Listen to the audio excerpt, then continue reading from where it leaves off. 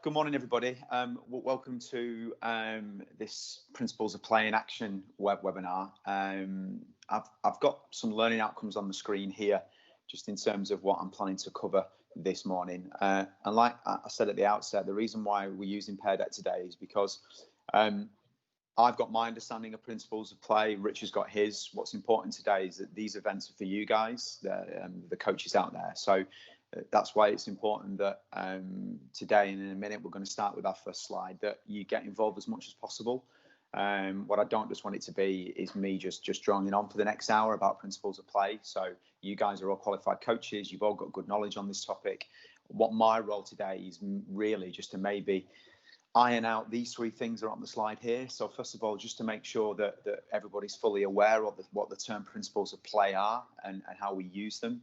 It's a term that we use an awful lot across all the different frameworks from level 1 to A license. The principles of play actually don't change. It's one of the wonderful thing about the new qualifications that they are consistent across all the frameworks. So that's where we'll probably start. Then we're going to have a look at, well, okay, I understand principles of play. I understand in terms of identifying them, but how does that then link to the game? And where do they link to the game? Because ultimately, what we're asking you to do is we're asking you to link practice to competition. So therefore, your topics and your training need to have principles of play embedded in them. So I'm hopefully just going to give you maybe some new ideas of how we can do that. And then finally, the most important part, well, great having all this information. I understand it a little bit better now. I understand maybe how I can embed it a little bit more, but how does that link to player development? Because ultimately, the reason why we do all these events and the reason why we've got certainly principles of play in general is to make sure that it's adding another layer onto the toolkits of our players. So that's kind of a little bit of a structure. With anything, the principles of play topic, and I'm sure you'd agree, Rich, is massive. It is huge. So what I'm not going to do today is go through everything. I haven't got time for that. There is no way we can do that. And actually, football's changing every second. So the way that we identify these principles of play and what they look like, that's going to be changing as well. So, you know, that gives a little bit of structure. Like I said at the outset, I want you guys to get involved today. I want to make this as interactive as possible. Pear Deck hopefully will help. If you're not on Pear Deck or you get logged out, then please feel free to either unmute yourself or ask questions as we go. So there we go. All right, Rich, should we get started? Yeah, definitely. Happy? Nice. Yeah. Brilliant. All right. Well, here's your first activity. And again, if you're in Pear Deck, then great. Really simple. It should flash up comment here or answer here. So just as a little bit of a connector, like I said, I want to know what you guys know about the term principles of play. So I'll give you a minute or so. Click on the box, write in your answers. If you're not on Pear Deck, then quite simply just write it in the chat function. Thank you.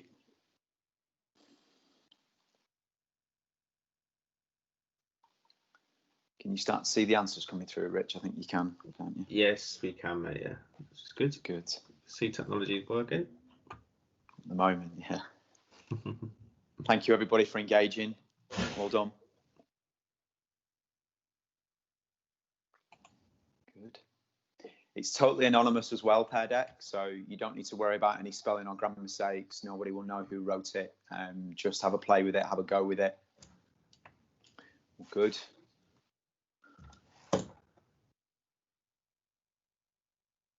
Excellent. Some good answers coming through. Rich, if there's anything on the chat function, then just shout out, Rich, as well. Eyes peeled, mate. Yeah. Thank you. Looks like quite a few people are on Pear Deck, which is great. Okay. So a lot of idea, Rich, against strategies. Some people are mentioning actually some of the principles of play, which is great, which is lovely. Shows that we've got a good base knowledge. Yeah. Yeah. Okay, just good. 30 seconds or so. Yeah, I've just put Romy's on there as well, mate. So brilliant. Put on the chat, but I've just added it onto the Pear Deck for you. Yeah. Wonderful, good. So listen, keep on sending those through. And the great thing about Pear Deck is that it will remain open throughout the entire presentation. So if you do want to go back, if you do want to add notes to this at any point, then that's wonderful. So what is great from my perspective, as predicted, you guys are all qualified coaches to some extent. Whether you've done your level 1 all the way up to your A license, you would have heard of these terms, principles of play. Obviously, the only difference is that you go up the framework. We go from snorkeling on the surface at level 1 to scuba diving the further we go up. So Things that I really like is people have linked it to tactics within the game, which certainly what principles of play are. People have listed some of the principles: creating space, excellent penetration, support play. People have linked them to both in possession and out of possession, because there are 10, 5 for in possession and 5 for out of possession, which is great. So from my perspective today, what I'm not going to be doing is teaching anybody how to suck eggs. That's not what the whole point of me choosing this topic today was. Well, what I did want to do, though, is maybe just clarify and maybe just tidy up some of the misconceptions with principles of play, which is probably where we'll go on to next. So thank you so much for engaging with that. Thank you. And, hopefully as we go, you've seen that Pear Deck is quite accessible, and it's a lovely engagement tool for you guys. So where do principles of play fit in? Well, I think I've got to go back to this question, really, because principles of play weren't invented. They weren't just all of a sudden dragged out of the air. They were linked to this 4-letter word here called the game. And this is the definition of a game as we know it. I'm not going to read through, but I've highlighted the bits that really are the fundamental basics to help us form principles of play. So as we know, football is an invasion game. That's why we love it. The definition of an invasion game is exactly here. You've got a team game where the idea is to invade your opponent's territory while defending your own. So that's ultimately what an invasion game is. And the reason why we love that is because there are a million different ways in order to invade the opponent's territory and defend your own.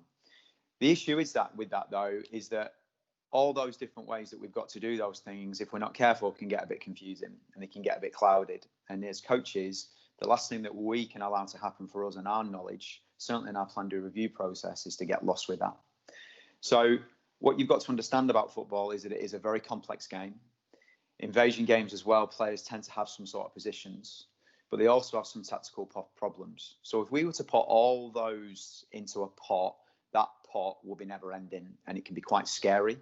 And in reality, if we're not careful and we're not clear as coaches, then it's going to cause confusion to our players. So this is where principles of play come in. Principles of play are designed to help give coaches clarity within all that area of an invasion game, which is the most scariest, chaotic experience in the world, but we all love it. So this is the definition of principles of play. And I think for me, this is my definition. It's something that, I've dragged both from FA content and kind of my 17 years of doing this, of working full time in football.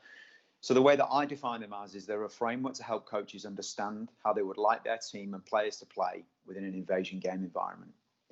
So we've gone and talked about all this here, all this ideas, all these tactical elements, all these different ways to invade and defend your own territory. Like I said, that can be very confusing. And if we're not careful and we're not clear with our understanding of that, then we're going to pass that confusion on to our players, which is the last thing that we want.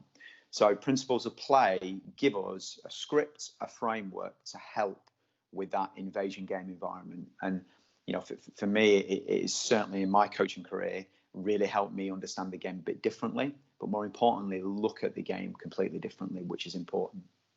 I don't know if you want to pick anything up on that, Rich, because I think it's quite an important point in terms of this, or if anybody has got any questions at this point, because I think before we go any further, it's vital that everybody really understands why principles of play are on the framework, why we talk about them, and how they link in with the game. Yeah, no, totally. I was just seeing if there's any questions. Just obviously just raise your hand or use the chat function. But you're completely right, Austin. And again, as you already said, it looks different for everyone, and absolutely, yeah. Obviously on their own individual team. So, but yeah, like I said, I didn't say it at the start, but raise your hand at all or mute yourself if you do want to add anything there. And I think you made a really good point there, Rich, as well. And we'll talk about this as we go this morning, that principles of play are going to look very different for an under-7 compared to what they would look like for senior football. So, yes, we've finally got this framework and we've given you this framework. But, what we're not asking you to do is do all 10 principles of play in one night. And it's sometimes a bit of a mistake that we see. Coaches come on these coaching courses, we bombard you with information, and all of a sudden you expect to turn all the light bulbs on in one night. Absolutely far from it. So, if today all that you get out of this is actually understanding a little bit more in terms of defining that term and how it fits in together, then already you've taken a nice take-home message.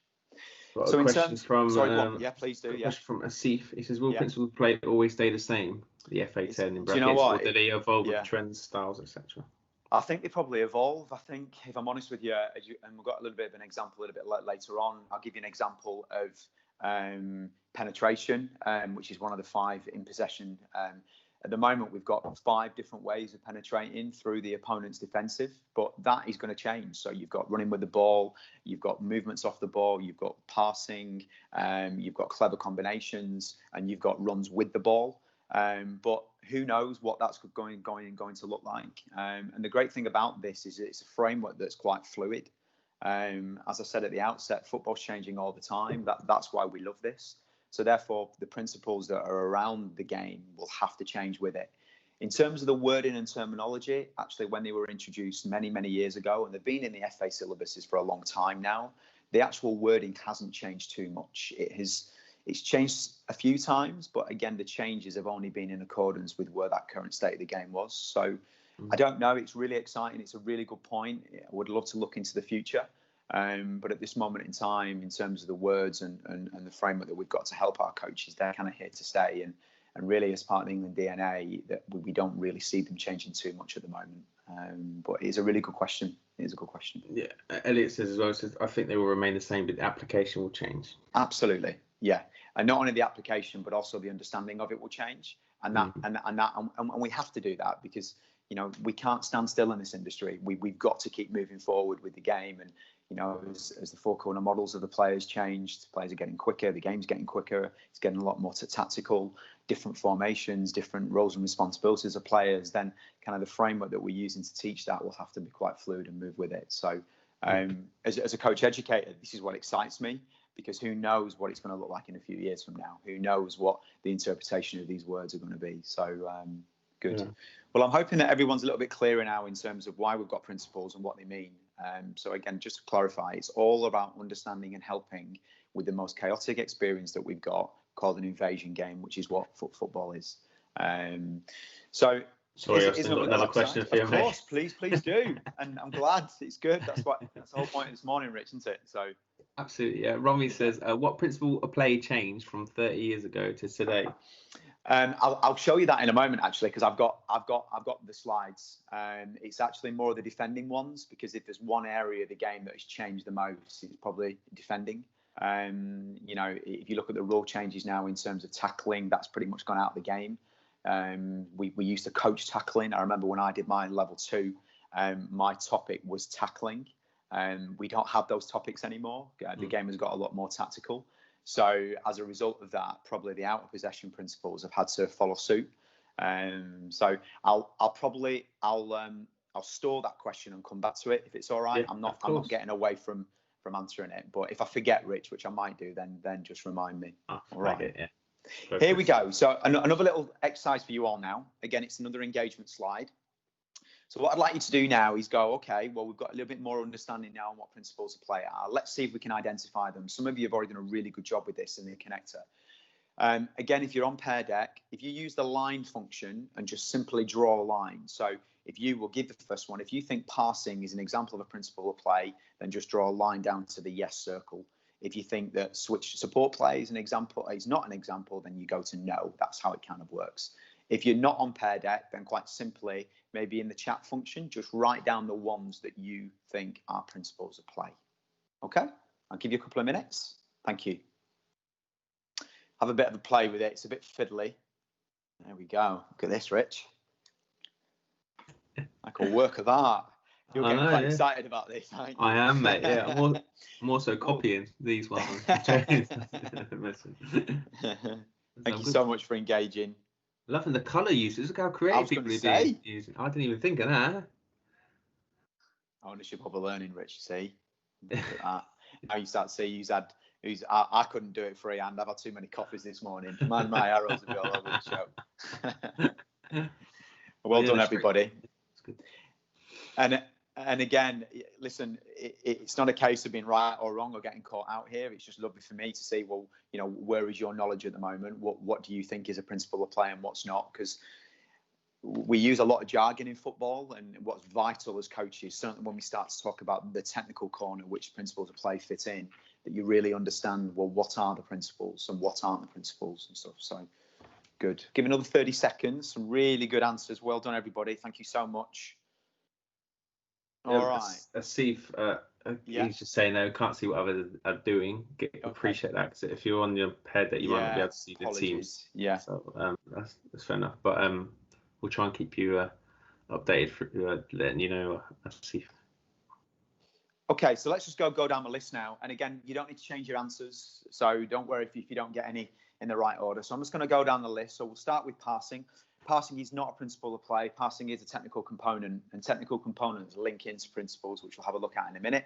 Support play is a principle of play. Well done. It's one of the 5 in possession. Intercepting is not in the principle of play. That's, again, it is another technical component for out of possession. Press is a principle of play. Penetration is a principle of play. Cover and balance is a principle of play. Finishing is not a principle of play. Again, it's another technical component. Control and restraint is a principle of play, and turning is not a principle of play. So I was a little bit mischievous there in terms of what I did, Rich, is I kind of incorporated both your principles of play and your technical components. Yeah. Sometimes we find on courses that coaches, they maybe get mixed up with the terminology. There are different layers to a game, and principles of play are in the middle of those 3 layers. So there's 3 layers of a game, and technical components link into them. So it's important that in terms of your own understanding, that you really start to study well, what's a principle of play and what's a technical component. And don't worry, in a moment I will iron out any questions or any misconfusion that we've got there. Good. So well done. Thank you so much for engaging. For those that are not on Pair Deck, and hopefully just by going through that's helped as well in terms of your own understanding. Well, let's have a look at what the game consists of now. And as I said at the outset, in terms of where principles of play fit in, this is layer 1 of a game. So hopefully you've all seen this before. So principles of play, moments of a game, and technical components all linked together. And in a moment, I'm going to show you a slide where that will be visually represented. But I want you to imagine a burger, and excuse the crudeness of that, but it works for me. Maybe not the most intelligent, but I'm very much a visual learner. So I want you to imagine the top piece of bread on a burger. That's what we call moments of the game. And the moments of the game are your in, out, and transition. So as you can see on this circle here, these are the moments that your players will go through from the minute that whistle blows until the end of the game. They'll be in possession, which means they've got complete control of the ball. They will be out of possession, which means they don't have control of the ball. And then they'll be in those 2 blue areas in between called transition. And as you know, Rich, transition is the most exciting part of the game. It's also the most stressful part of an invasion game. And those players that in the elite level that will go for the most money and will earn the biggest money in their careers are experts in those moments there. So if you give an example, if you look at England Lions at the moment, or Lionesses, an outstanding example of a player that's in attacking transition, so that's going from the red back into the green, will be someone like Raheem Sterling. He loves that 3 to 5 second window of winning the ball back, let's break quickly. If you look at an example maybe of somebody that's in the Lionesses, that's in that other corner, so someone like a Steph Houghton is an unbelievable negative transition player. Her understanding of defending, of holding the line, of whether to press or whether to drop in that 3 to 5 second window is invaluable. So it's really, really important that that's the first layer. So almost start to imagine and picture that burger in your head. You've got your moments of the game, in possession, out of possession, and transition. Okay. Now that's not enough. If we're going to understand that part of an invasion game, we can't just rely on this slide. So as I've said, we now need a framework. So there are loads of different ways that we can remain in possession. There are loads of different ways that we can remain out of possession. And this is where this slide now comes in. So just ignore the words for the time being. You've got the same layer again. You've got the green side, which is in possession, transition of the 2 blue areas, and then you've got your red side. So that's your moments. Now we get to the burger, so the meat in the burger or whatever film that you'd like to choose that works for you. And now we've got 10 words that are going to help us. So we've got 5 different ways to keep in possession. So we can either be creative, we can support, we can move with the ball or without the ball, we can create space and we can penetrate. And if I'm honest with you, Rich, they're probably the principles of play that as grassroots coaches we work on the most. I'll tell you the reason why, because they're the exciting ones. They're the ones that involve a goal. They're the ones that have so much creativity. They're also the ones, if I'm honest, Rich, that we can stand back as coaches and just let the kids go with it. they don't really involve an awful lot of work from us in terms of bringing those alive. And actually, we don't want to give them too much, because it's, we want players to have ownership over that, and we want them to have their own creativity. There's 5 ways which we can get back control of the ball. So when we're in that out of possession moment, and press, delay, cover and balance, compactness, and control and restraint. And these are probably the ones, certainly in my experience, where certainly on courses, we've got to probably support grassroots coaches the most with understanding them. Press is the biggest one at the moment, Rich. It's in vogue. If you look at the top 2 teams in the Premier League, I mean, the game the other night was a brilliant example of 2 teams that will just press. I think even Guardiola came out, and it's ironic that he just beaten Liverpool 4-0, but he says that Liverpool are the best team in the world that press us. There's nobody in the world that press like Liverpool do, and he's gegenpress. So that word press is probably something that we hear a lot. What we've got to do on courses is start understanding that as the players get older and they start to go through their youth development phases into adult football, is that their toolkits need to have more than just press in their armoury in terms of winning the ball back. So we have words like delay, we have cover and balance, we have compactness, and we have control and restraint. So they are 5 lovely frameworks that we can use as coaches as they go through their development to really start giving players more of a holistic view in terms of how to play the game. So that for me is a really important diagram, and it's certainly something that as I've gone through my coaching career and certainly my plan to review, that's my planning there. That is my planning for a season on that slide there.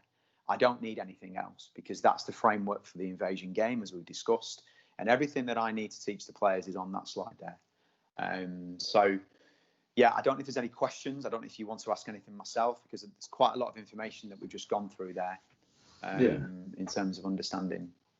I'll ask a question just to allow anyone else to type. Just out of those, again, it's a hypothetical question, but what would you, if you were going back to football in the next couple of weeks or months or something, and there's no social distancing, etc., what would be your first one you'd I think it depends on the age, really. I mean, if I'm honest with you at the moment, I think all the technical and tactical stuff has got to go out the window in the short term. We've just got to get our kids back playing again with a smile on the face, Rich. I think that, if I'm honest, if you look at the 4-corner model, probably the soak and psych stuff is the biggest thing that we need to be concentrating on at the moment in terms of just getting kids back, connecting with their friends, feeling comfortable again. It's going to be quite a scary experience for players at the moment, as worrying as it is for us at the moment. It's quite scary for a kid, especially if they're currently not at school at the moment. So the whole concept of being outside again and getting in near proximity of someone is going to have a lot of nerves. So I wouldn't really worry too much about this slide at the minute. All I would be really concentrating on is getting the kids playing, get them comfortable with the ball at the feet again, love the ball, master the ball, excite with the ball. As we get through that, though, and we start preparing for next season, because at some point, hopefully in the near distant future, pre-season is going to start to come. It's entirely up to you how you bring this alive. I mean, in my career, I've worked for clubs where we used to do 1 week in possession, 1 week out of possession, and I simply just used to follow that. I've worked at other clubs where we might have just done a block of 4 weeks of in possession, where every week I do a different principle of play, and then I did 4 weeks of out of possession. Some of you that might work in a more senior results-based environment, you quite simply might just want to work on a topic or a principle that they didn't do very well in last week, or when you got a negative result. So again, there are so many different ways, Rich, that we can bring this alive. What is key, though, is that you should only ever focus on one principle. So one moment of the game and one principle. What I see a lot of, Rich, is that we get coaches that try to do 3 or 4 principles in one session. That's far too much. Far too much. You have potentially got 20, 30 years to teach your players that slide there.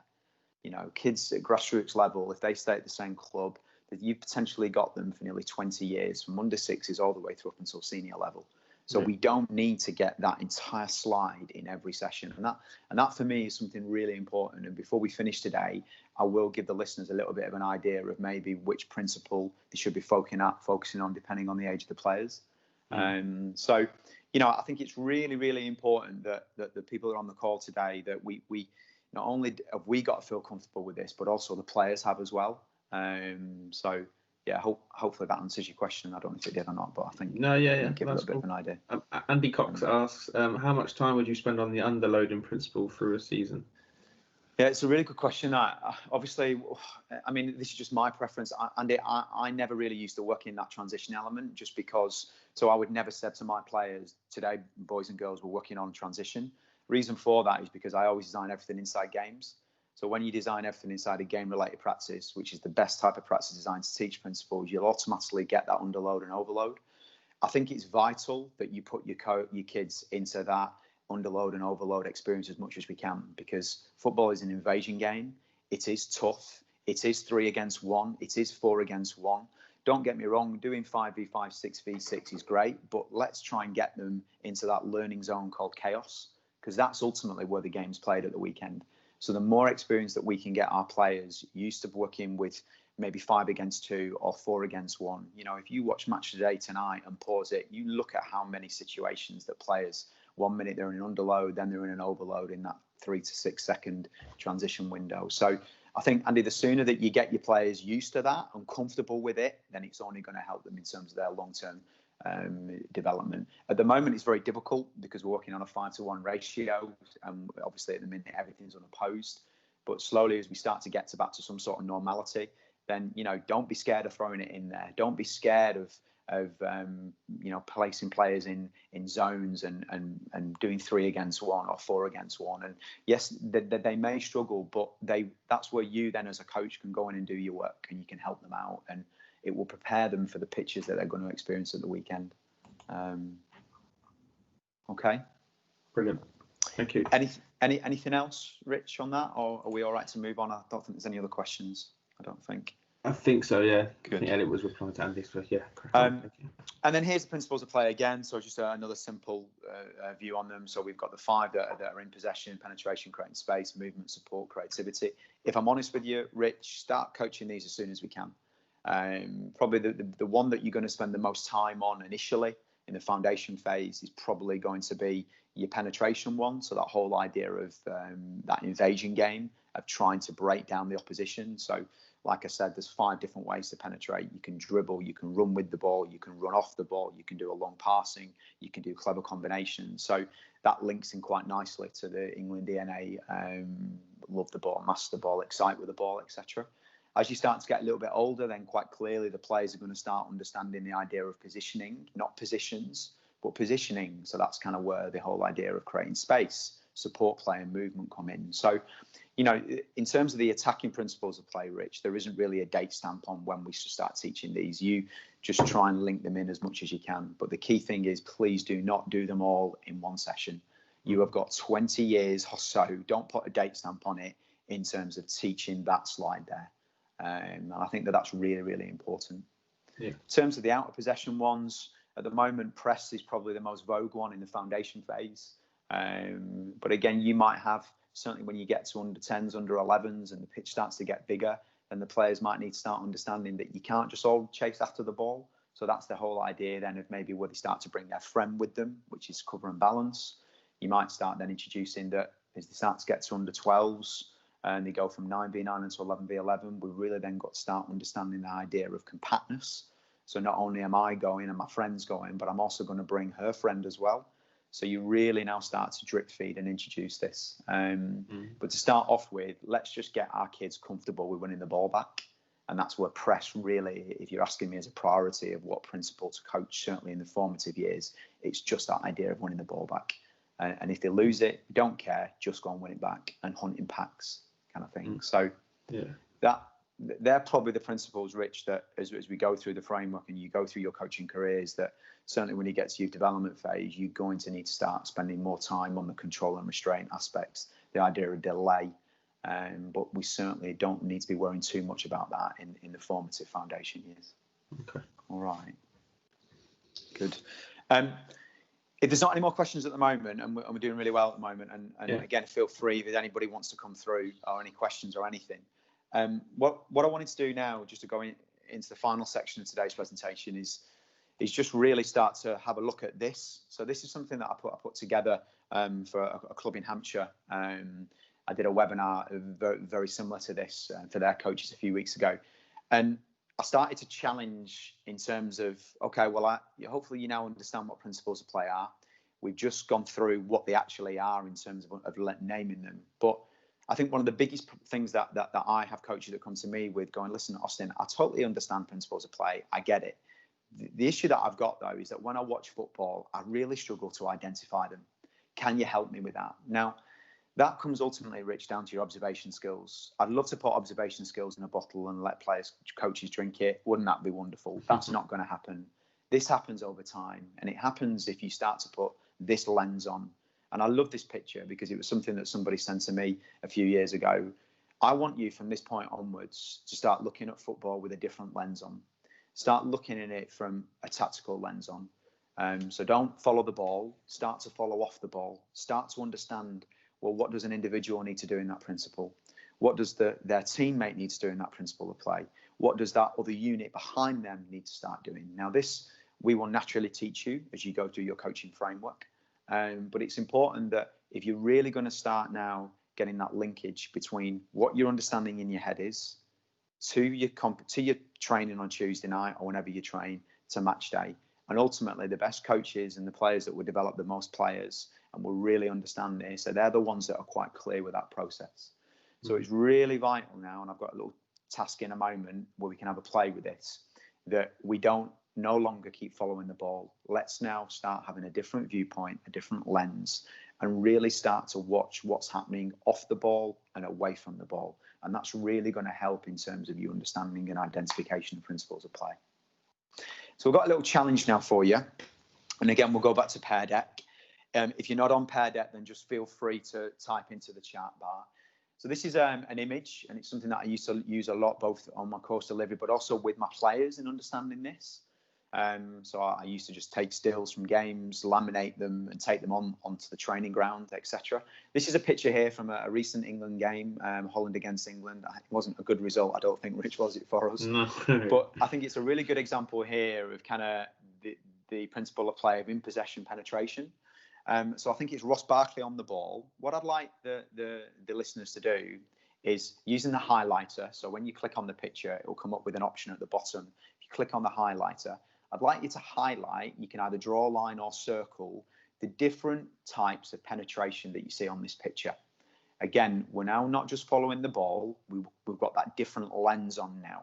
So start to look off the ball and immediately away from the ball to really start understanding the different types of penetration.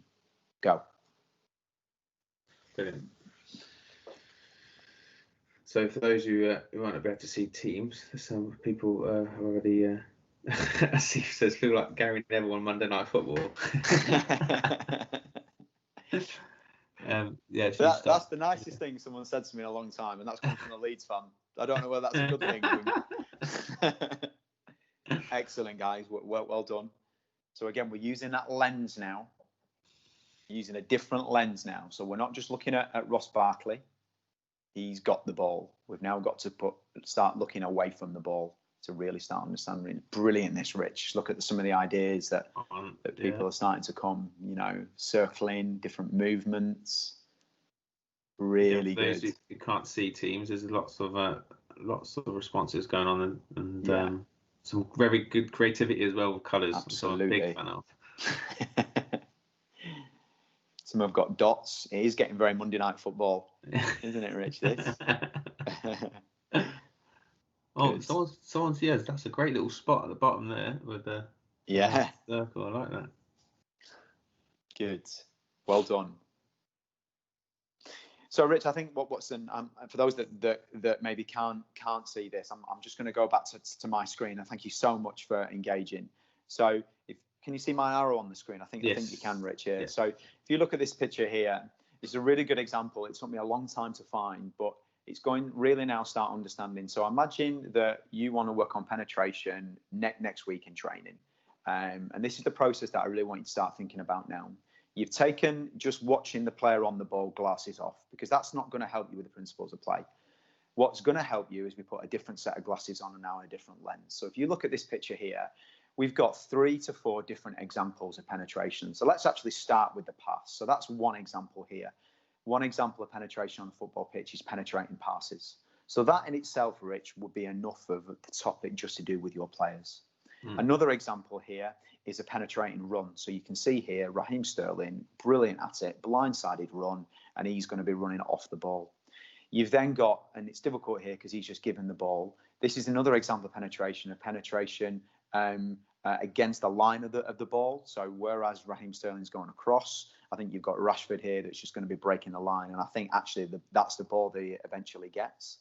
You've also got another good example here as well of some sort of combination, which is another example of how we can penetrate. So again, what's brilliant about Harry Kane is he loves to drop deep. And the reason why he does that is to suck the defenders in to then vacate space behind. So just in that one picture there, I'll be honest with you, you've probably got 6 months worth of content in terms of teaching your players how to do that. And, you know, it's important that when you've got that lens on, because I get a lot of coaches that say to me, Austin, I don't know what to do in training. You know, I have to go to Google all the time, and I'm worried that I'm just plucking ideas out of the sky in terms of topics. Well, we don't need to do that now. We just on that slide there, you've got 4 or 5 different weeks worth of ways that you can teach your teams how to penetrate. So whether it's a penetrating pass, whether it's a penetrating movement off the ball, whether it's a penetrating movement through the line of the ball, you know, these are weeks and weeks and weeks of topics. And that's why I said at the outset, we don't need to rush this. We've got 20 years to teach them those 10 words. And if we have that mindset where we're not having to rush through this, just look at the amount of detail and look at the amount of tools that we can put into our players' toolkits. So I just kind of wanted to maybe show you a different viewpoint in terms of your plan, do, review. And not only that, how we might start our plan, do, review process, Rich, by actually watching football, pausing it, circling stuff, and then start then to design practices off that. So I'm hoping that there might just be a different way for your listeners today in terms of approaching planning, but not only that, how we can incorporate principles of play into our sessions. Yeah, totally, Austin. We've got a couple of questions, but I just got a quick one as well for you. Yeah. I'll sneak in there first. Obviously, you said about 6 months worth of content on the ball, but obviously out of possession as well, you can probably get a lot out of that still as well. Very, very, very much so. And but again, Rich, what's key is that we mustn't mix the two. So if you're working in possession, penetration, then everything that you're doing in that hour session just needs to link to that one principle of play. And not only that, whatever you've done on Tuesday night, you've then got to link that to the weekend. So there's no point at the weekend moaning at your players if they've conceded goals because they didn't press correctly. Well, that's not their fault. That's because on Tuesday, all you worked on was penetration. So we've got to really get that into context. It's absolutely vital that grassroots coaches understand that we've got to link everything together. I'm showing you a different process here of starting that linkage. But whatever you've done on Tuesday, you've got to keep that consistent thread right up until the game day. And, you know, that is a challenge at times, Rich, but we're hoping certainly in the foundation phases where results don't matter. You know, this is giving you that freedom now to really start to teach these kids those 10 words in detail, but just don't rush through it. Yeah, no, totally, mate. And it says a simple one is an end zone and player have to receive the ball in the zone, but can't stand in there. Absolutely, yeah. David says, what's the best way to get stills from these games? Just literally by pressing pause on the screen. So this is an example here. So I just go on YouTube, but actually if you just go on any of the FA, so if you go on the FA boot room, if you go on any kind of like multimedia, you can also just go on image sites, etc. There is so much material and content out there.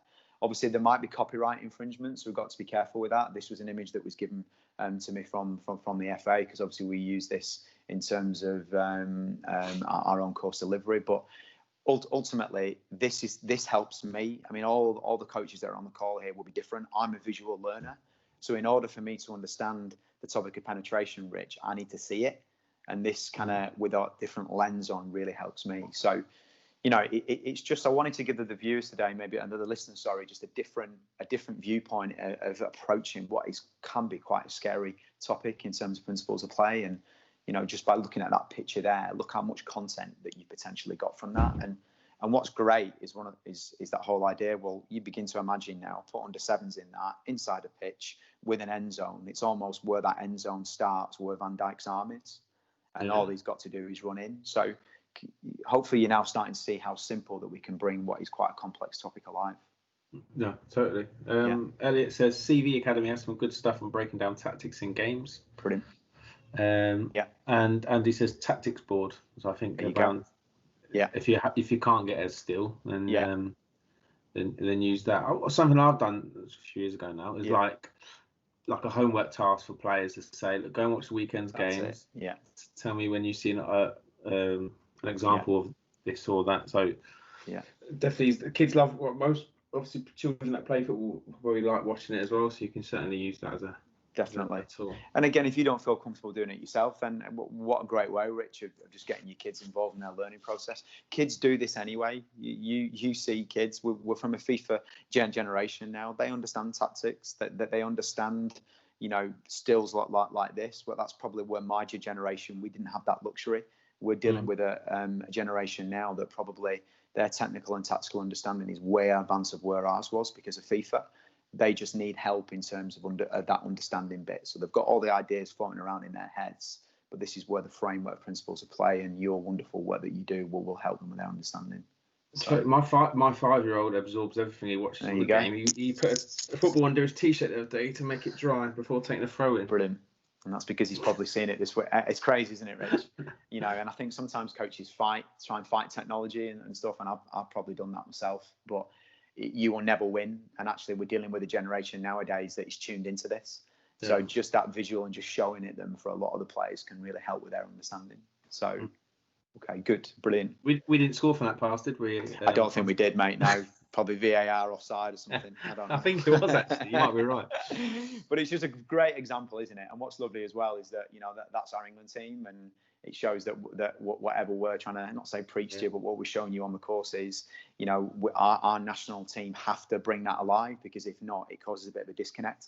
So brilliant, thank you. So this is really the planning process that I just wanted to kind of go through with you. For those of you that might now go, okay, well, I understand principles of play. I'm fine with that pie chart that Austin showed us. I quite like that burger idea. I'm maybe getting a bit of a buy-in now in terms of the lens. So don't just look at the Ross Barkley, actually look at the players off the ball.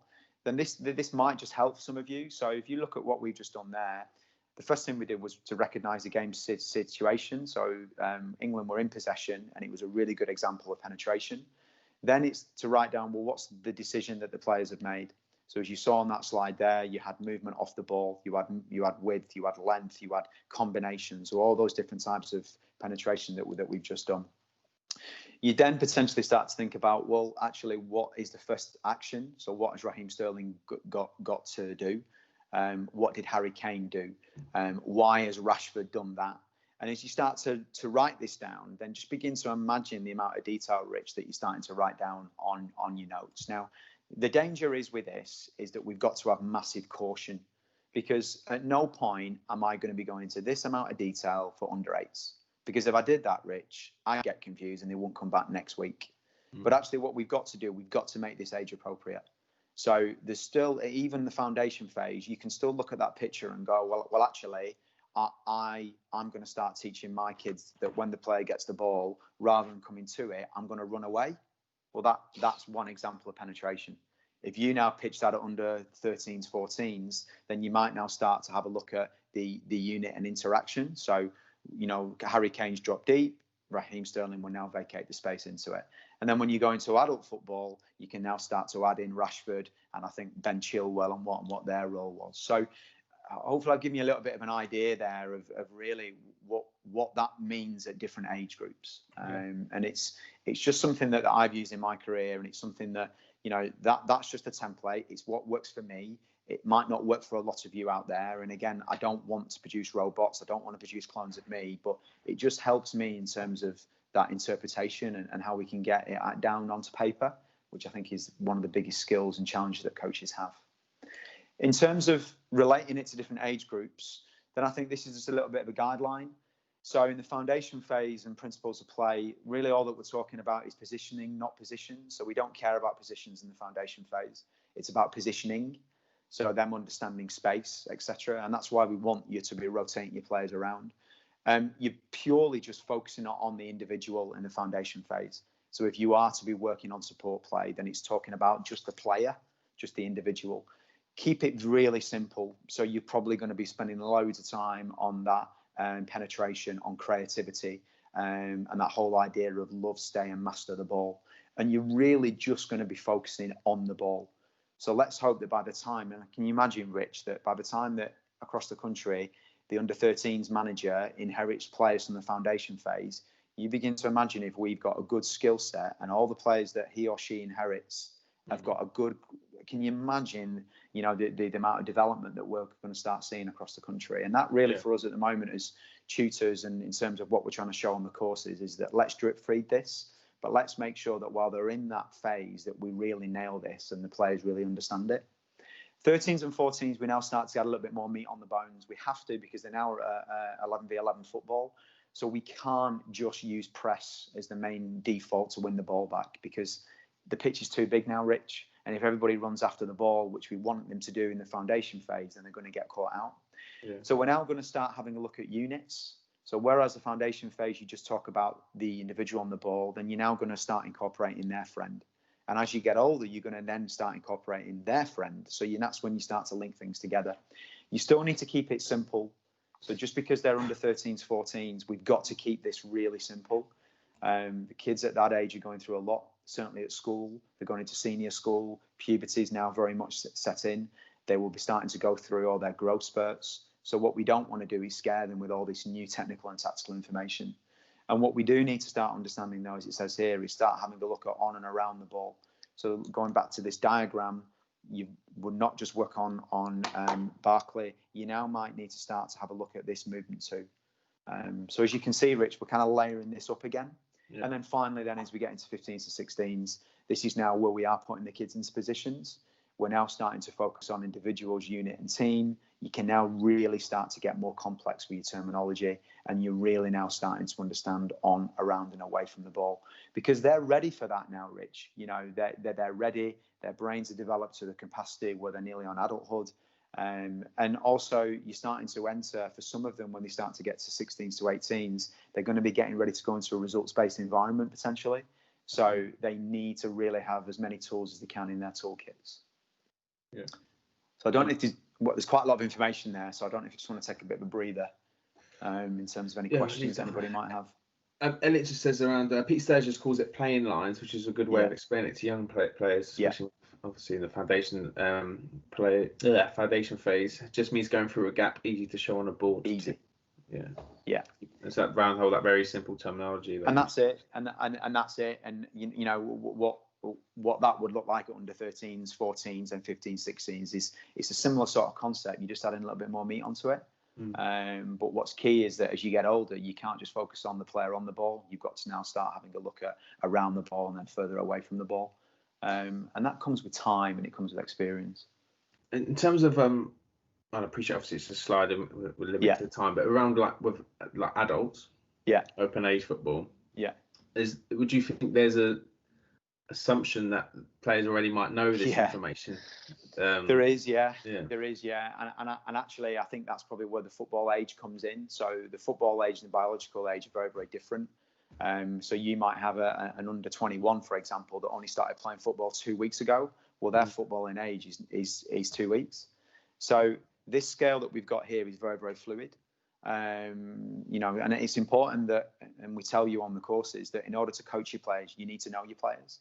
So one of the things that you should be doing at the start of the season, especially if you inherit new players, is find out how long they've been playing football for. This then will give you a little bit of an idea in terms of what they're ready for, and also what they're kind of going to feel comfortable with, Rich. Because if we start to run before we can walk, this is when we start to potentially lose players to other sports and drop out of the game, etc. So that's really important. Cool. Okay. Good. Caution. It's a big thing, and we're nearly finished. And you know, I'm hoping that this really is just one of the really big take-home messages. So you've got a picture here of some different age groups. So the top left-hand corner is your foundation phase. Look at their toolkit. Very simple wording, simple terminology, all to do with the individual. As you get to the right-hand side, you start to get to the youth development phase. As you can see, their toolkit is still quite simple, but we've started to add a few more tools in there, and also the tools now are starting to get a little bit more tangible. So we've got to now start not focusing on the individual, but also their friend. Then when we get to kind of the latter ends of youth development and going into senior football, then you can see their toolkits are really, really comprehensive. But don't be scared of dropping back. And the great thing about this is that it's fluid that what we're asking you to do with your players. So you might have an adult player that actually their toolkit might need to go back to the foundation phase. Well, that's okay. There is nothing wrong in that, and that's really what the skill set is of a grassroots coach. It's certainly probably something that professional coaches don't have to deal with, and it's certainly one of the biggest challenges that I know faces a lot of grassroots coaches is managing that difference. But hopefully today we've given you a little bit of a framework and an idea that maybe less is more in terms of when we start teaching all these principles and all these words. So that's just something that I just kind of wanted to add in, Rich, because it's really important that we teach the right principles at the right time to the right players. Because if we don't, then we're going to get that confusion, and that's something that we don't want to do. Oh, I think the picture says that. Oh, it's brilliant on that one. Good. So the final bit now. Okay, so we understand it. Get my head around the idea of different lens. So what's the best type of environment to teach principles of play? Well, it's quite simple. Principles of play link in with the game. So it's game-related practices. And I've just come up with 2 golden nuggets here that I've certainly used in my career. So for me, the use of the space is key. And that for me is 80% of my design process. So think about different pitch layouts, halves, thirds, zones, channels. Think about if you're working on penetration and you want to do penetrating passes as your topic, then you need to make sure that your pitch is long. Because if you haven't got enough length in it, then there's no way the players are going to learn that. If you want to focus on compactness, then you need to make sure that you've got the right width as much as possible that the players are going to experience at the weekend. So I know it might seem a real simple point, but if we don't get the space correctly, then the pictures that the players are going to see in training are going to be different when they get to the weekend, and then there's not going to be any sort of linkage. So that's really important. What we also need to do is we need to make sure that we constrain the practice as well to really help with principles of play. So I've added in the 3 R's here, which is restrict, reward, relate. This will be introduced to you when you go onto your level 2. But the whole idea of this is that you might lock players into zones. You might limit touches. You might limit that, for example, that they've got to do 5 touches before they get rid of the ball if you're focusing on penetrating with the ball. You might say that when it's compactness, you might just lock players into different channels and they can only move within that channel, so they start to get the movements, etc. There are so many different ways, Rich, that we can do this. But I just kind of wanted to share that with the listeners because that's really helped me in my coaching career in terms of how I would approach teaching a simple principle of play or a topic. Yeah. Let's give you some visual ideas. This is the use of a space example here. So, be creative with this, guys. Don't just use halves and thirds. Maybe start to use quarters. Grids is a brilliant one. Certainly if you're looking at things like creating space, it's a brilliant example there. The players have to move into a different grid. Channels is a really good example in terms of if you're looking on creativity in wide areas. Lanes is a brilliant one to use in terms of pitch design if you're focusing on cover and balance, so the players can start understanding shifting across the pitch. So, it's important as coaches that I call it having a bit of a Blue Peter moment, being creative with our design, because we need to help our kids understand what is quite complex material. So, yeah, I just kind of wanted to show really just from a visual perspective, just that 80% stuff, that the use of the space is really key when we're bringing this alive. That's it really from my delivery, Rich. I'm open up to questions now, really. Brilliant, Austin. Bang on an hour, by the way. I know. Good timing. We've got a question from Andy. He says, is there any other fundamental changes from 16 to adulthood? So going back to this slide, it's a good question, Andy. I think the biggest change is obviously from the psych and soap perspective, that you're in an environment there where results will start to get important. So therefore, in terms of the tactical side of things, that's probably where you are really now starting to focus on, around and away from the ball. There's going to be an awful lot more of the tactical elements added in. Also, probably the players for the first time are probably going to go into gaming-related practices where it's going to be maybe more the traditional shape work. So getting them used to playing in a set formation, getting them used to dealing with different types of set pieces. They've probably not had that as much leading up to that age group. But the minute you go from that switch from under 16s to 18s, where results and league tables do come important, then probably the coach, Rich, will start to prepare more for the game at the weekend rather than just plucking out a principle of play. So they'll probably start to work on topics that link into what either went well or didn't go well. So that's why this comes really important for me. Before we go to that really complex adult toolkit, let's make sure that your players, even though they might be under 18s on their passport, their footballing age might still be youth developmental kit. So it's really vital that as a coach that we drip feed this into them, and don't be scared of going back. Certainly with the out of possession principles, Rich. Don't be scared of going back and revisiting some of the topics which that they didn't really get a good fundamental grasp of. So I think we just got to understand that as the players get older, they're going to need more from us. They're going to need more on, around and away from the ball, and they're going to need more detail. They're probably also going to need the hands holding a little bit more as well, Rich, because there's a lot of kids out there that maybe think that they do know the game, but when you get to that higher echelons of football, that they probably really do need to understand it. And it's the reason why at the moment, Rich, that we've got a horrific fallout. I mean, 16 to 19, over 95% of players drop out of the game between that age group. And it's, obviously life takes over a lot in that age group too, but it's mainly because a lot of them leave that comfort of development football to go into a results environment, and maybe some of their toolkits are just not ready for it. Yeah. So. Nice. Well answered to Elliot. Elliot, no, Austin, sorry, I'm talking to Elliot. Says, yeah. I completely agree that positions are not needed in the foundation phase. How would you manage this on a match day? Still have a formation? Is it needed? Depends on the age. I mean, good luck trying to keep an under-9 team in positions anyway, because it is not going to happen. It's going to be like a basketball game. I think the way that I would get around it is I always used to just keep what we don't want to do at the weekend is chop and change too much. So what we don't want to do with a player is they start off in goals. Next period, they're going to play up front. Next period, they're going to play in defence. That's far too much. So my advice to you is to probably spend a couple of weeks in each positioning. So maybe have 1 week where they're in the forward positions, 1 week where they're in midfield, in the engine room, and then maybe a couple of weeks where they're in the defensive side.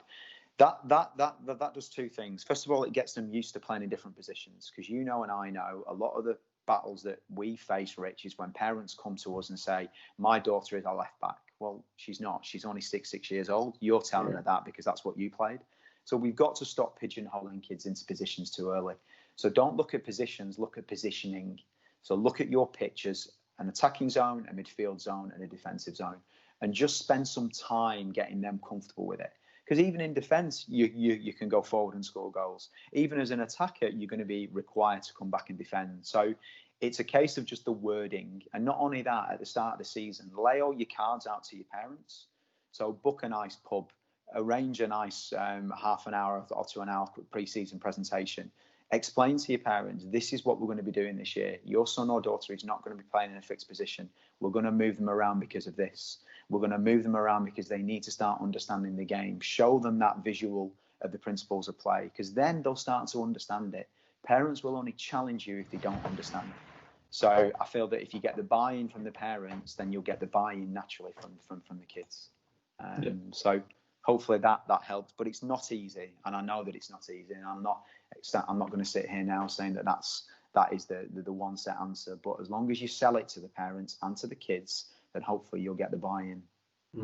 No, totally. And as Steve says, I've seen foundation phase teams that stick to positions religiously. It looks so fake and natural. You can see the kids struggling to resist their natural urges. Unfortunately, it gets wins, so people think it's working. And that's the problem, really. And again, that comes down to the value and the beliefs of the coach. And it's, you're all going to have different values and beliefs. But hopefully, as today has shown you, if we're pigeonhole 9 and 10-year-olds into a position, then there is no way, Rich, has gone back to this slide, that they're going to start understanding that slide there, because they will need to understand that slide. And if you're only putting them into one aspect of the pitch, then there's only so many principles of play that they're really going to start understanding. So, it's really, really important that at the start of the season I always used to do it. Used to book out a pub, the conference room, hire it out for a presentation. And I used to explain to the parents, this is how we're going to do positioning this year. And this is the reasons why. And it's funny then that the minute that you explain why you're going to do it, all of a sudden the haters become a little bit more motivated and help you out. So. Yeah. That's cool. Alex says, I prefer principles over positions. Brilliant. So again, whatever your wording is, and I've shared with you my wording today. That the key thing is that we just are clear, so that we're not using jargon, because sometimes jargon can cause confusion. So. And he says, elaborate. Sorry, he says, for example, can we have at least one player in each half? Doesn't matter who. That's it. Easy as that. Simple. Yeah. Simple as that. And that's where the zones will come in training on a Tuesday night, or whenever you train, Elliot. If you put kids into look at the quarters one here, just have that visual there. That's the reason why we've got to be clever with our space and how we divide up our pitches. Because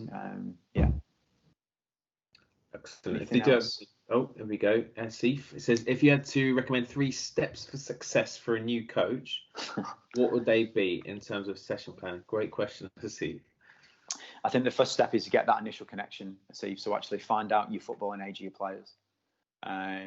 So I used to do a questionnaire at the start of the season. You send it out to the parents. 4 questions. Why do you play? Who's your favourite team? It's a great one for social site connection. Who's your favourite player?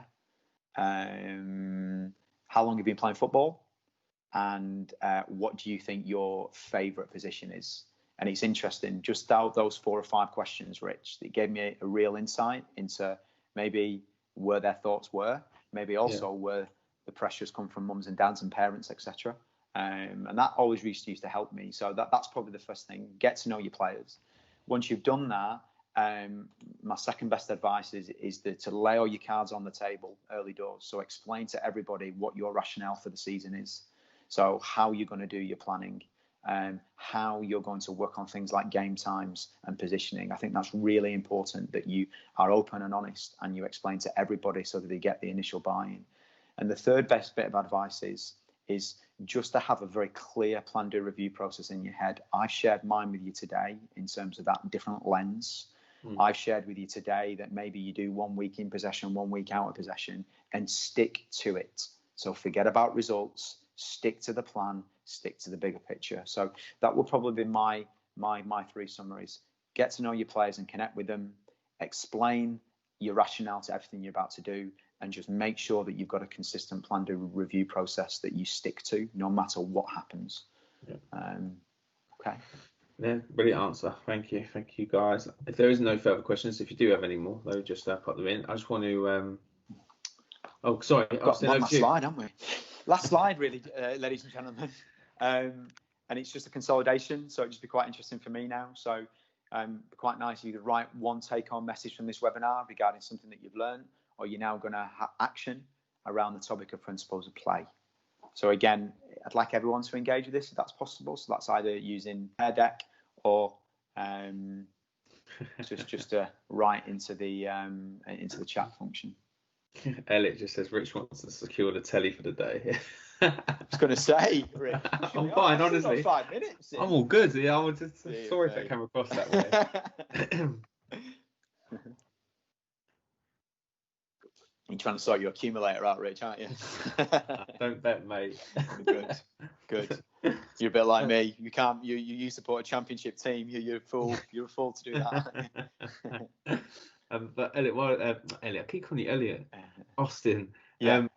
Just want to thank you while people do that. Absolutely, no problem at all. Thank you so much. You put a lot of content and time to this prior to today, so I do really want to thank you. Not at all, Rich. And I'm conscious as well that, like I said at the outset, there's no way that I can answer everything that we've done today, and I'm hoping that maybe just that if the learners are just taking one thing from today, Rich, then it's been a success. The key take home for all of you is that you've got 20, 30 years to teach them that slide, to teach them those 10 words. Please take your time with it. Make sure it's age and brilliant appropriate, and just use a different lens when you're looking at this, because if you do that, not only will it improve your understanding, that will then go hand in hand with your players. Some really nice stuff, Rich, here. So great starting point for coaches to start thinking about their own players. I like the phasing across the age groups, so the layering of it. Good. I'm delighted that someone got that. I think the positioning over position has been quite key, which again, you will come up with your own terminology, but just have that idea in your head. Keep it simple, brilliant, Rich. Patience is key. Don't try to do too much in one session. Absolutely not, because if you do that, you'll get lost, and if you get lost, your players will get lost. So good, really, really positive, and thank you so much, Rich, in terms of inviting me on today. I've thoroughly enjoyed what I think has been a very, very difficult period for all of us in terms of lockdown, and we incredible as CCDs, we missed that interaction of doing this face to face. So again, thank you so much for everybody that's invited me on and has bought into my presentations. And today, Pear Deck, I hope you enjoyed it. Those that managed to get on, it's something a bit different. And really, from my perspective, stay safe, keep in contact. I think we're getting there slowly. Rich, would you agree? Hopefully, we're getting there with grassroots footballs coming back, and hope to see you again soon, either on a course or on a CPD event. So appreciate it. No, thank you so much, Austin. Thank you guys for today. I think what the guys are saying, guys and girls are saying on the chat there, is perfect in terms of excellent session. It really was, Austin. So thank you. Really good content. Thank you. Thanks for joining us. Obviously, if you weren't able to see Teams, this is going to be recorded. So you have to see it on all the people's responses on Pear Deck. But look after yourselves. So there you go. Podcast still going out every week, every Thursday. Subscribe to get it straight to your device.